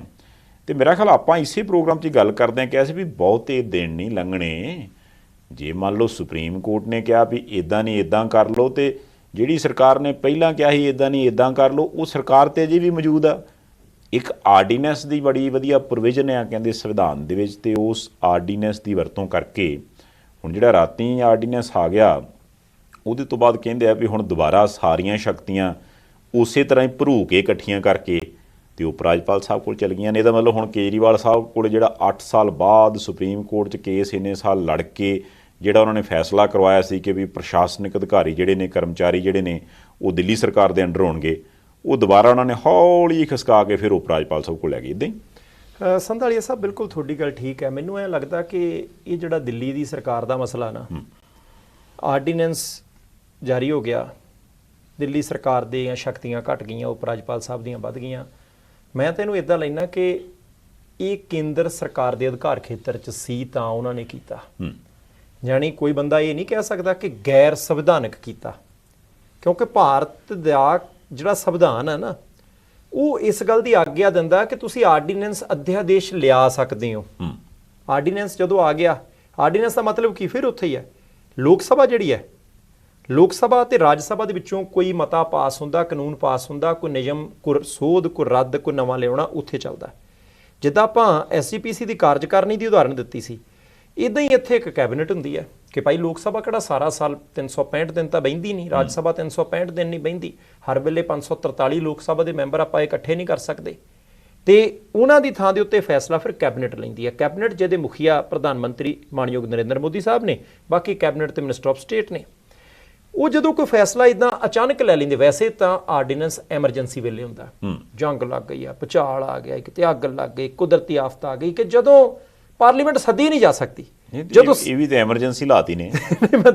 ਮੈਂ ਉੱਥੇ ਹੀ ਆਉਣ ਲੱਗਾ ਸੀ। 7-8 ਸਾਲਾਂ ਦੇ ਬ੍ਰੇਕ ਲੱਗੀ ਸੀ, ਅਚਾਨਕ ਮੰਨ ਲਓ ਵੀ ਇਹ ਉਦਾਂ ਹੁੰਦਾ ਨਾ ਵੀ ਜਿੱਦਾਂ ਉਹ ਢਾਲ ਤੇ ਟਰੈਕਟਰ ਖੜਾ ਕੀਤਾ ਤੇ ਕਿਸੇ ਨਿਆਣੇ ਨੇ ਇੱਟਾ ਕੱਢਤਾ ਹੋਵੇ, ਉਹ ਤੇਰਾ ਭਲਾ ਜੇ ਰੇੜ ਚੱਲਿਆ ਹੀ ਫਟਾਫਟ ਕੇ ਇਸ ਤਰ੍ਹਾਂ ਕੁਛ ਰੋਕ ਇਹਨੂੰ, ਐਮਰਜੈਂਸੀ ਲਾਤੀ। ਮਾਤਰ ਸਾਹਿਬ ਮੈਂ ਆਉਣਾ ਉੱਥੇ ਹੀ ਸੀ। ਫਿਰ ਉੱਥੇ ਆ ਗਿਆ ਮੈਂ ਆਉਣਾ ਉੱਥੇ ਹੀ ਸੀ। ਰੌਲਾ ਇਹ ਹੈ ਕਿ ਤੁਸੀਂ ਇੱਕ ਗੱਲ ਨੋਟ ਕਰੋ, ਹਾਂਜੀ, ਕੁਛ ਤੇ ਅਸੀਂ ਖੱਟਿਆ ਨਾ ਵੀ ਅਸੀਂ ਕੱਲੇ ਮਾਤੜ ਨਹੀਂ, ਫਿਰ ਵੀ ਸਾਹਬ ਆ ਨਾ, ਫਿਰ ਵੀ ਸਾਹਬ। ਸਹੀ ਗੱਲ, ਨਹੀਂ ਤਾਂ ਕੱਲੇ ਮਾਤੜ ਨੂੰ ਸਾਹਬ ਕੌਣ ਕਹਿੰਦਾ। ਹੁਣ ਸੰਧਾਲੀਆ ਸਾਹਿਬ, ਤੁਹਾਡੇ ਬਣਾਏ ਚੰਗੇ ਚੰਗੇ ਬੰਦੇ ਤੁਸੀਂ ਮਾਤੜ ਬਣਾ ਛੱਡੇ, ਜਿਹੜੇ ਚੰਗੇ ਖਾਂਦੇ ਪੀਂਦੇ ਸੀ। ਹੁਣ ਆਰਡੀਨੈਂਸ ਤੇ ਸੀਗਾ ਕਿ ਸਰਕਾਰ ਦੇ ਕੋਲ ਕਿਤੇ ਐਮਰਜੈਂਸੀ ਹੋਵੇ, ਕਿਤੇ ਉਹਨਾਂ ਨੂੰ ਲੱਗੇ ਕਿ ਆਹ ਫੈਸਲਾ ਫੌਰੀ ਤੌਰ ਤੇ ਕਰਨਾ ਜ਼ਰੂਰੀ ਹੈ, ਨਹੀਂ ਤਾਂ ਨੁਕਸਾਨ ਹੋ ਜਾਊਗਾ, ਇਹ ਲੇਟ ਨਹੀਂ ਕੀਤਾ ਜਾ ਸਕਦਾ। ਤੇ ਉਹਦੇ ਵਿੱਚ ਸੰਵਿਧਾਨ 'ਚ ਪ੍ਰੋਵੀਜ਼ਨ ਸੀ ਕਿ ਤੁਸੀਂ ਵੀ ਆਰਡੀਨੈਂਸ ਜਾਰੀ ਕਰ ਲਓ, ਉਹਦੇ ਤੋਂ ਬਾਅਦ 6 ਮਹੀਨੇ ਤੁਹਾਨੂੰ ਦਿੱਤੇ, ਪਾਰਲੀਮੈਂਟ ਦਾ ਜਦੋਂ ਸੈਸ਼ਨ ਆਉਂਦਾ ਉਹਦੇ ਵਿੱਚ ਉਹ ਪਾਸ ਕਰਾ ਲਓ। ਪਾਸ ਕਰਾਉਣਾ ਜ਼ਰੂਰੀ ਹੈ, ਪਰ ਉਦੋਂ ਤੱਕ ਹੁਣ ਉਹ ਆਰਡੀਨੈਂਸ ਅੱਜ ਤੋਂ ਹੀ ਲਾਗੂ ਹੈ। ਪਾਸ ਚਾਹੇ ਤੁਸੀਂ 5 ਮਹੀਨੇ ਤੋਂ 29 ਦਿਨ ਬਾਅਦ ਕਰਾਓ, ਉਦੋਂ ਤੱਕ ਉਹ ਲਾਗੂ ਰਹੂਗਾ, ਮੌਨਸੂਨ ਸੈਸ਼ਨ ਲਾਗੂ ਹੋ ਜਾਊਗਾ। ਯਾਨੀ ਇਹਦੀ ਇੱਕ ਉਦਾਹਰਣ ਇਦਾਂ ਦਿੱਤੀ ਜਾ ਸਕਦੀ ਹੈ, ਮੰਨ ਲਓ ਕਿ ਕਿਸੇ ਵਿਰੋਧੀ ਦੇਸ਼ ਨੇ ਆਪਣੇ ਤੇ ਹਮਲਾ ਕਰਤਾ, ਉਦੋਂ ਆਪਾਂ ਕੋਈ ਫੈਸਲਾ ਲੈਣਾ, ਫੈਸਲਾ ਲੈਣ ਲਈ ਪਹਿਲਾਂ ਸਾਰੇ ਦੇਸ਼ ਦੇ ਵਿੱਚੋਂ 543 ਲੋਕ ਸਭਾ ਦੇ ਮੈਂਬਰ ਥੋੜੀ ਇਕੱਠੇ ਕਰਾਂਗੇ, ਉਹ ਤਾਂ ਫੌਰੀ ਤੌਰ ਤੇ ਫੈਸਲਾ, ਉਹ ਫਿਰ ਉਸ ਲਈ ਕੈਬਨਿਟ ਫੈਸਲਾ ਨੇ ਆਰਡੀਨੈਂਸ ਜਾਰੀ ਜੀ, ਬਾਅਦ ਚ ਆਪਾਂ ਪਾਸ ਕਰਾਉਂਦੇ ਰਹਾਂਗੇ।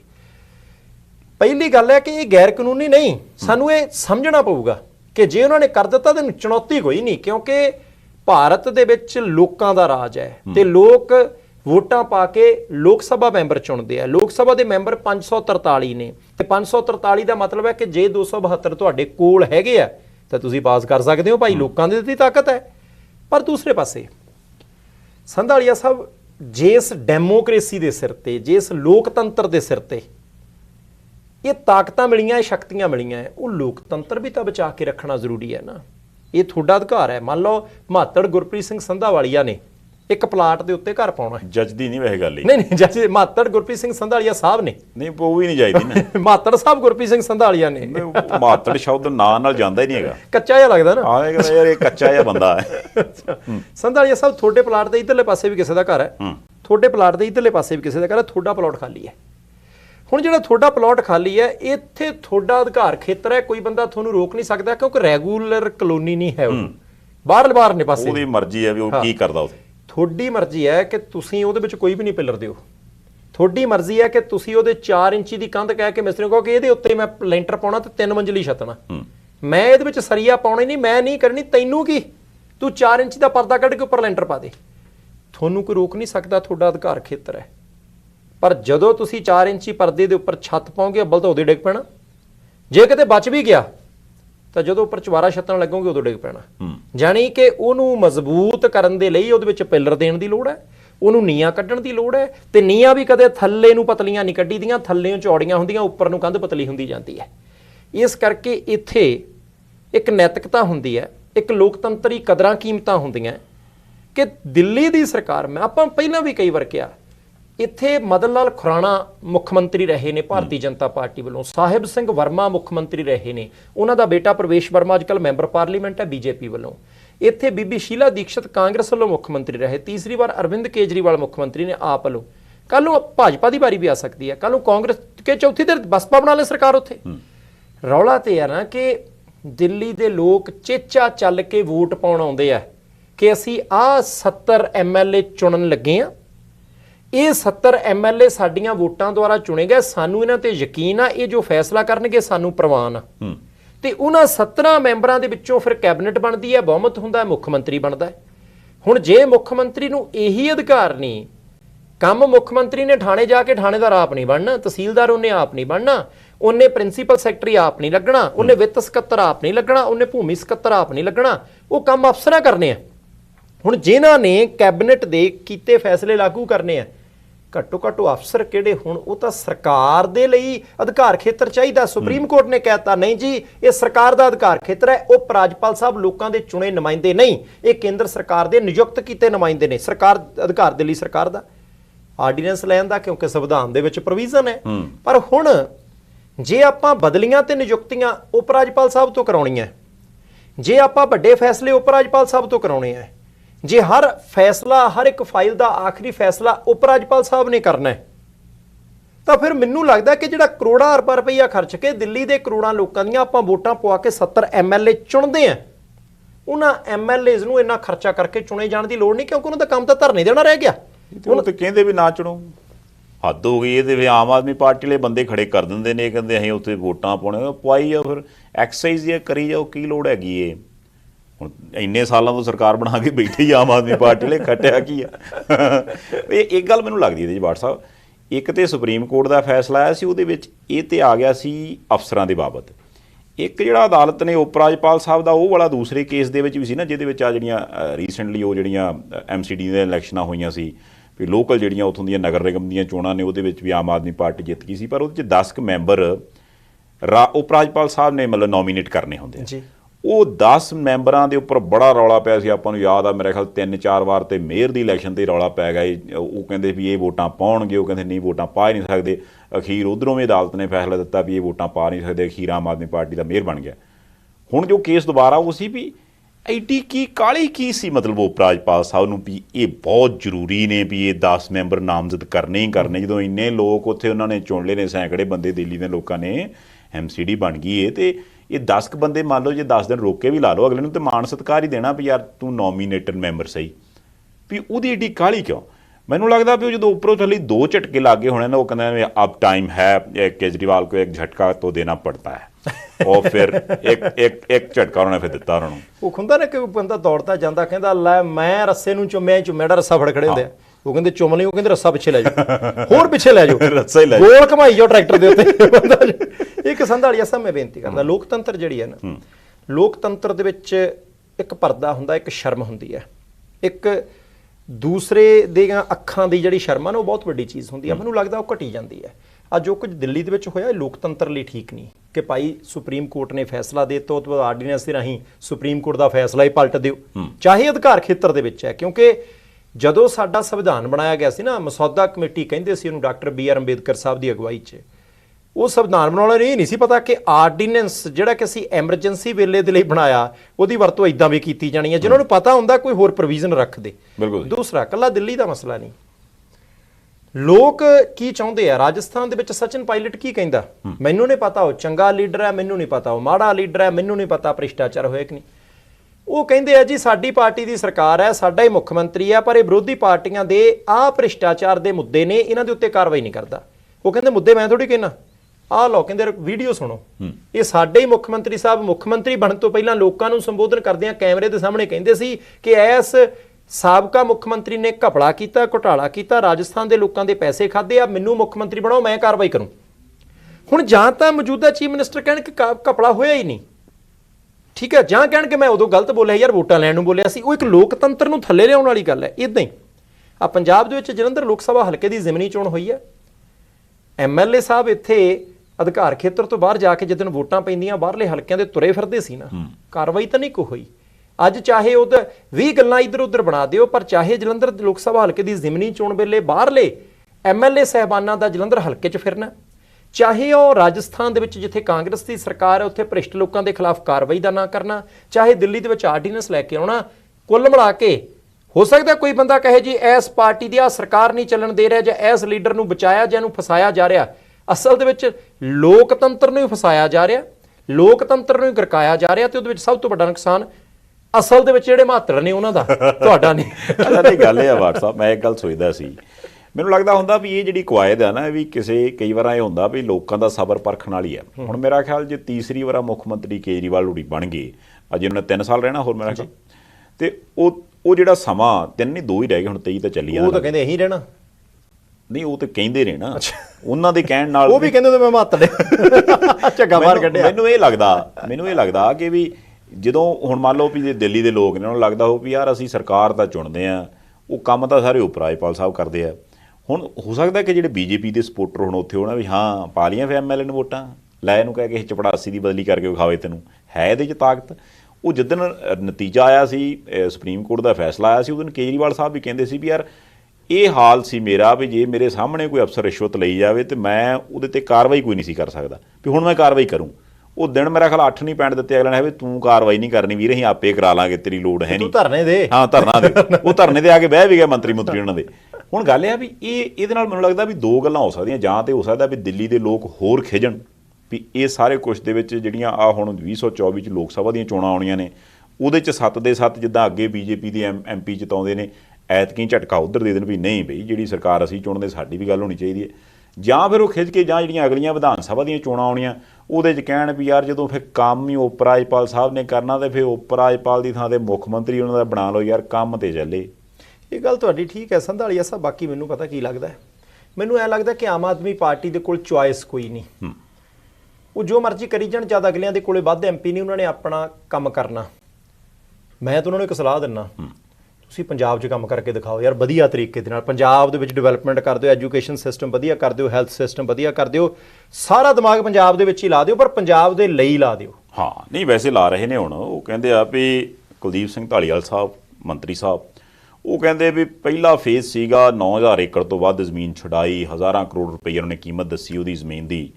ਹੁਣ ਕਹਿੰਦੇ ਵੀ ਅਗਲਾ ਫੇਜ਼ ਸਾਡਾ ਸ਼ੁਰੂ ਹੋ ਰਿਹਾ 31 ਮਈ ਤੱਕ। ਮੁੱਖ ਮੰਤਰੀ ਸਾਹਿਬ ਨੇ ਟਵੀਟ ਕਰਕੇ ਕਹਿਤਾ ਵੀ ਰਸੂਖਦਾਰ ਜਿਹੜੇ ਲੋਕ ਕਬਜ਼ਾਧਾਰੀ ਨੇ ਪੰਚਾਇਤੀ ਜੰਗਲਾਤ ਮਹਿਕਮੇ ਦੀਆਂ ਸਰਕਾਰੀ ਜ਼ਮੀਨਾਂ ਦੇ ਉੱਪਰੋਂ ਛੱਡ ਦੇਣ, ਨਹੀਂ ਤੇ ਉਸ ਤੋਂ ਬਾਅਦ ਕਾਨੂੰਨੀ ਕਾਰਵਾਈ ਹੋਊਗੀ। ਹੁਣ ਮੇਰਾ ਖਿਆਲ 6000 ਏਕੜ ਤੋਂ ਵੱਧ ਜ਼ਮੀਨ ਸੈਕੰਡ ਫੇਜ਼ ਦੇ ਵਿੱਚ ਝੋਨਾ ਲੱਗਣ ਤੋਂ ਪਹਿਲਾਂ ਦਾ ਆਪਾਂ ਅੰਦਾਜ਼ਾ ਲਾ ਲਈਏ ਵੀ 20-21 ਜੂਨ ਤੋਂ ਪਹਿਲਾਂ ਛਡਾਈ ਜਾਣੀ ਹੈ। ਜਿੱਦਾਂ ਉਹ ਆਪਣੇ ਮੰਤਰੀ ਸਾਹਿਬ ਕਹਿੰਦੇ ਸੀ ਵੀ ਅਸੀਂ ਸਾਰੀ ਕਾਨੂੰਨੀ ਪ੍ਰਕਿਰਿਆ ਜਿਹੜੀ ਉਹ ਪੂਰੀ ਕਰ ਲਈ ਆ। ਇਹਦਾ ਮਤਲਬ ਹੁਣ ਪਿਛਲੀ ਵਾਰ ਵਾਂਗੂ ਸਟੇ ਆਰਡਰ ਨਹੀਂ ਹੋਣਗੇ, ਫਿਰ ਜ਼ਮੀਨਾਂ ਸੱਚੀ ਸਰਕਾਰ ਲੈ ਜੂ। ਸੰਧਾਲੀਆ ਸਾਹਿਬ, ਸਭ ਤੋਂ ਪਹਿਲਾਂ ਤਾਂ ਮੈਂ ਹਰਜੀਤ ਸਿੰਘ ਗਰੇਵਾਲ ਸਾਹਿਬ ਦਾ ਧੰਨਵਾਦ ਕਰਦਾ, ਉਹ BJP ਦੇ ਨੇਤਾ ਨੇ। ਉਹ ਕਹਿੰਦੇ ਅਸੀਂ ਸਵਾਗਤ ਕਰਦੇ ਹਾਂ, ਪਰ ਚੁਣ ਕੇ ਕਾਰਵਾਈ ਨਾ ਕਰਿਓ, ਇੱਕ ਵੱਡਿਓਂ ਕਰਿਓ। ਆਹ ਤਾਂ ਗੱਲ ਹੋਈ ਨਾ ਕਿ ਜੇ ਕੋਈ ਵਿਰੋਧੀ ਧਿਰ ਦਾ ਨੇਤਾ ਇਹ ਕਹਿੰਦਾ ਕਿ ਭਾਈ ਅਸੀਂ ਸਵਾਗਤ ਕਰਦੇ ਹਾਂ, ਸਰਕਾਰ ਆ ਚੰਗਾ ਕੰਮ ਕਰਨ ਲੱਗੀ ਆ, ਜਿਨ੍ਹਾਂ ਨੇ ਸਰਕਾਰੀ ਜ਼ਮੀਨਾਂ ਦਬੀਆਂ ਇਹਨਾਂ ਤੋਂ ਖੋਵੋ, ਇਹਨਾਂ ਤੋਂ ਛਡਾਓ, ਮੈਨੂੰ ਤਾਂ ਲੱਗਦਾ ਕਿ ਬਾਕੀ ਸਿਆਸੀ ਪਾਰਟੀਆਂ ਨੂੰ ਵੀ ਕਹਿਣਾ ਚਾਹੀਦਾ ਕਿ ਭਾਈ ਅਸੀਂ ਵੀ ਸਵਾਗਤ ਕਰਦੇ ਹਾਂ, ਚਾਹੇ ਕਿਸੇ ਨੇ ਕਨਾਲ ਦੱਬੀ ਹੈ, ਚਾਹੇ ਕਿਸੇ ਨੇ 100 ਏਕੜ ਦੱਬੀ ਹੈ, ਮਾਤੜ ਗਏ ਨੇ। ਨਹੀਂ ਗਰੇਵਾਲ ਸਾਹਿਬ ਜਾਂ ਉਹਨਾਂ ਦੀ ਪਾਰਟੀ ਦਾ ਅਜੇ ਤੱਕ ਰਾਜ ਆਇਆ ਨਹੀਂ ਨਾ, ਹੈਗਾ ਯਾਰ ਆਪਣੇ ਵਾਲਾ ਤੇ ਕਿਸੇ ਦਾ ਨਾਮ ਬੋਲਦਾ ਨਹੀਂ, ਬੋਲਦਾ ਨਹੀਂ, ਫੜਾਓ ਬੰਦੇ, ਆਗਦਾ ਫੜਾਓ ਯਾਰ, ਇਹ ਕਢਾਓ ਬੰਦੇ। ਦੂਸਰੀ ਗੱਲ ਜਿਹੜੀ ਤੁਸੀਂ ਕਿ ਛਡਾ ਲੈਣਗੇ, ਮੈਨੂੰ ਹੋਰ ਲੱਗਦਾ, ਮੈਂ ਐਵਰੇਜ ਦੇਖਦਾ, ਮੈਂ ਕਹਿੰਦਾ ਕਿ ਬਹੁਤ ਚੰਗਾ ਕਦਮ ਹੈ। ਸੰਧਾਲੀਆ ਸਾਹਿਬ ਪਿੱਛੇ ਜਾਈਏ, ਸੇਵਾ ਮੁਕਤ ਜਸਟਿਸ ਕੁਲਦੀਪ ਸਿੰਘ ਹੋਰਾਂ ਦੀ ਰਿਪੋਰਟ ਹੈ, ਉਹਨਾਂ ਨੇ ਰਿਪੋਰਟ ਇਸੇ ਤੇ ਬਣਾਈ ਸੀ ਕਿ ਪੰਜਾਬ ਦੇ ਵਿੱਚ ਕਿੰਨੀਆਂ ਸਾਂਝੀਆਂ ਸਰਕਾਰੀ ਸ਼ਾਮਲਾਤ ਜ਼ਮੀਨਾਂ ਰਸੂਖਦਾਰ ਲੋਕਾਂ ਨੇ ਦੱਬੀਆਂ ਆ।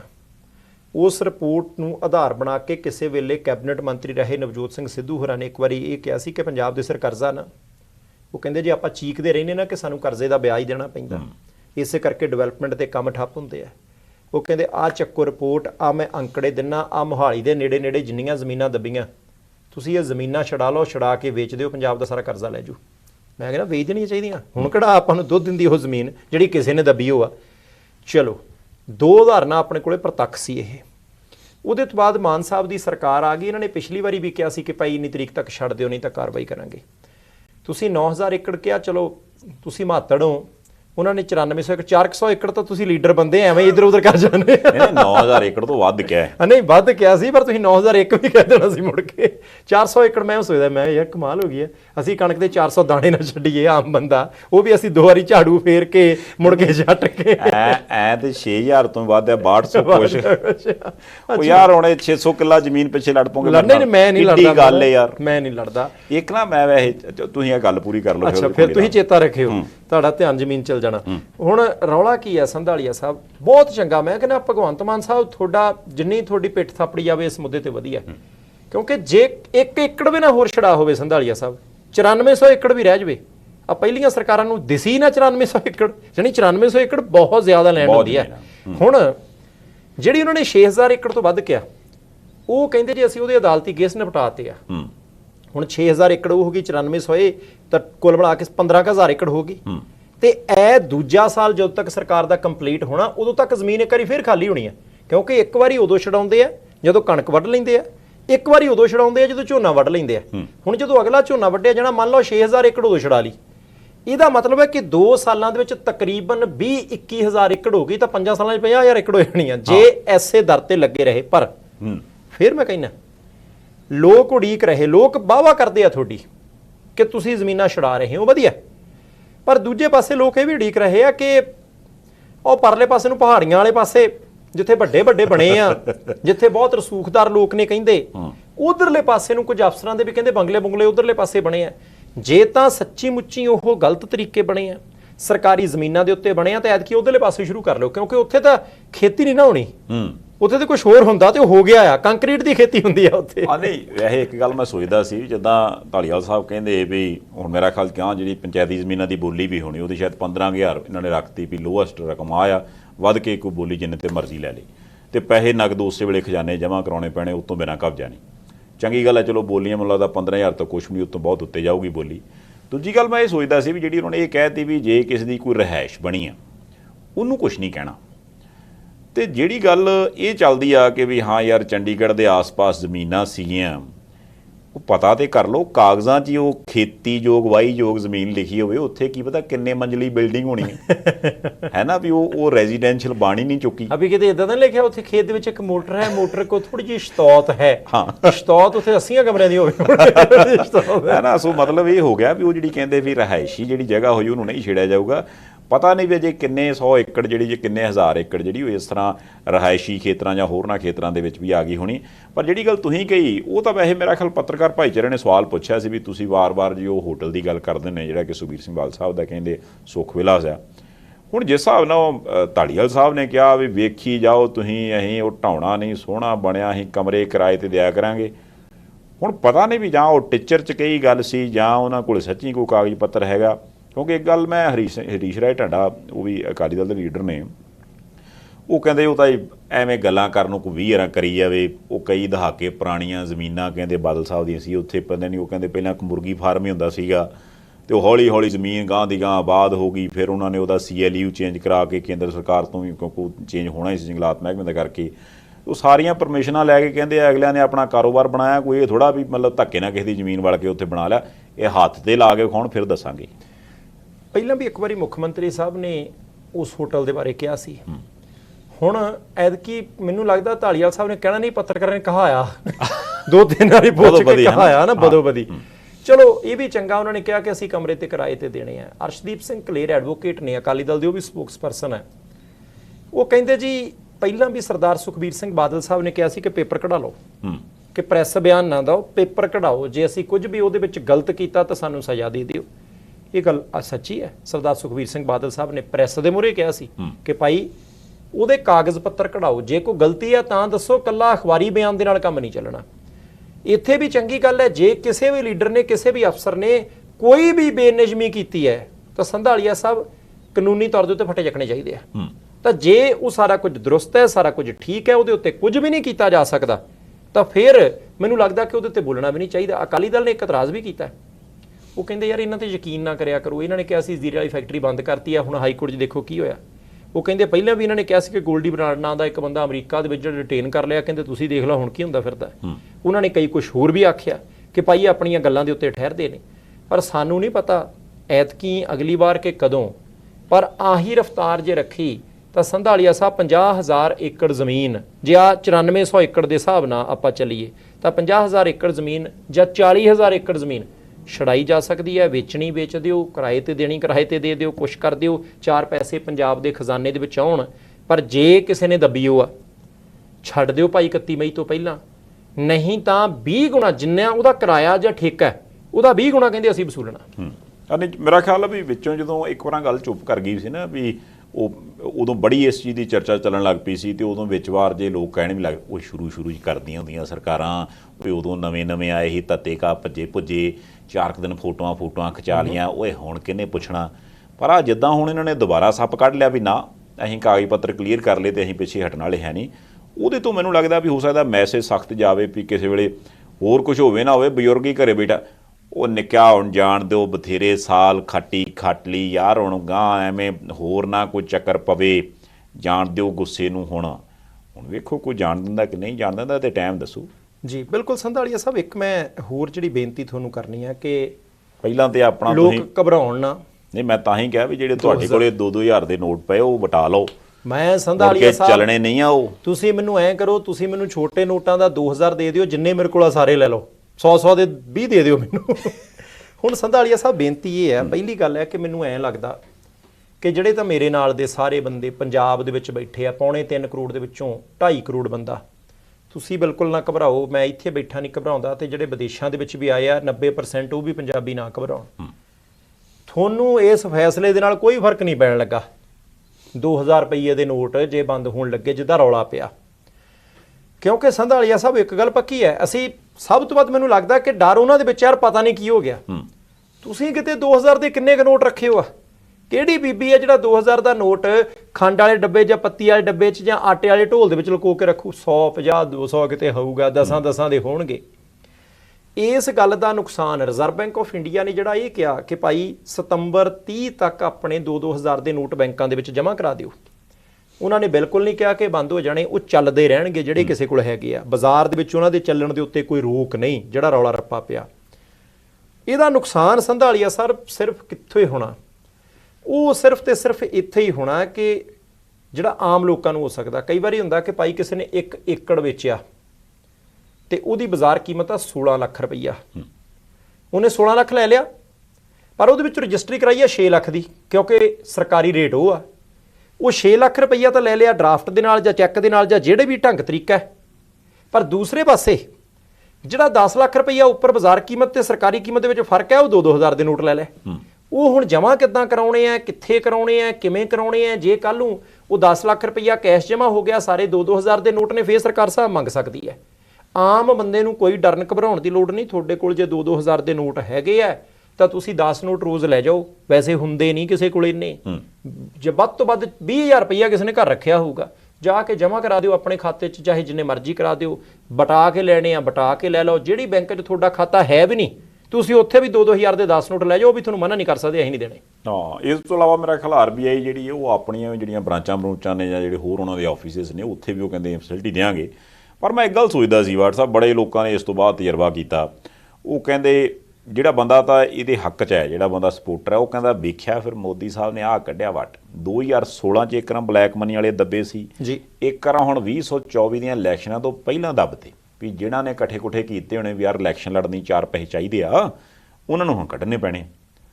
ਦੂਸਰੇ ਪਾਸੇ ਜਿਹੜੇ ਲੋਕ ਉਦੋਂ ਵੀ ਵਿਰੋਧ ਕਰਦੇ ਸੀ ਜਾਂ ਹੁਣ ਵੀ ਉਹ ਬੀਜੇਪੀ ਦੇ ਵਿਰੋਧੀ ਨੇ ਜਾਂ ਮੋਦੀ ਸਾਹਿਬ ਦੇ ਵਿਰੋਧੀ ਨੇ, ਉਹਨਾਂ ਦਾ ਲੌਜਿਕ ਇਹ ਹੈ ਉਹ ਇਹਨਾਂ ਨੇ ਪਹਿਲਾਂ ਆਪਣੀ ਸਕੀਮ ਲਾ ਲਈ ਆ, ਹੁਣ ਉਹਨਾਂ ਨੇ ਆਖਣਾ ਵੀ ਆਪਣੇ ਕੋਲ ਤੇ ਹੈ ਨਹੀਂ, ਹੁਣ ਫਸਾਓ ਦੂਜੇ, ਤੇ ਸਤੰਬਰ ਤੱਕ ਜਿਹੜਾ ਵਟਾਊ ਜਾਊ, ਜੇ ਨਾ ਕਿਸੇ ਕੋਲੋਂ ਵਟਾਇਆ ਗਿਆ ਤੇ ਉਦੋਂ ਬਾਅਦ ਅਗਲੇ ਨੂੰ ਦਬਾ ਲਵਾਂਗੇ, ਘੇਰ ਲਵਾਂਗੇ।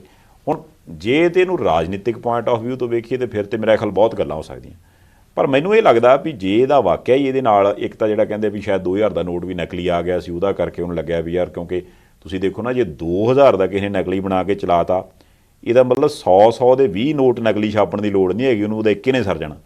ਜੇ ਤਾਂ ਇਹੋ ਜਿਹੀਆਂ ਚੀਜ਼ਾਂ ਨੂੰ ਵਾਕਿਆ ਹੀ ਫਰਕ ਪੈ ਜਾਵੇ, ਜਿੱਦਾਂ ਕਿ ਪਹਿਲਾਂ ਕਹਿੰਦੇ ਸੀ ਫਰਕ ਪਿਆ ਤੇ ਹੁਣ ਪਊਗਾ, ਫਿਰ ਤੇ ਉਸ ਦਾ ਲੋਕਾਂ ਨੂੰ ਲੱਗੇ ਵੀ ਨਹੀਂ ਯਾਰ ਚੰਗਾ ਫੈਸਲਾ।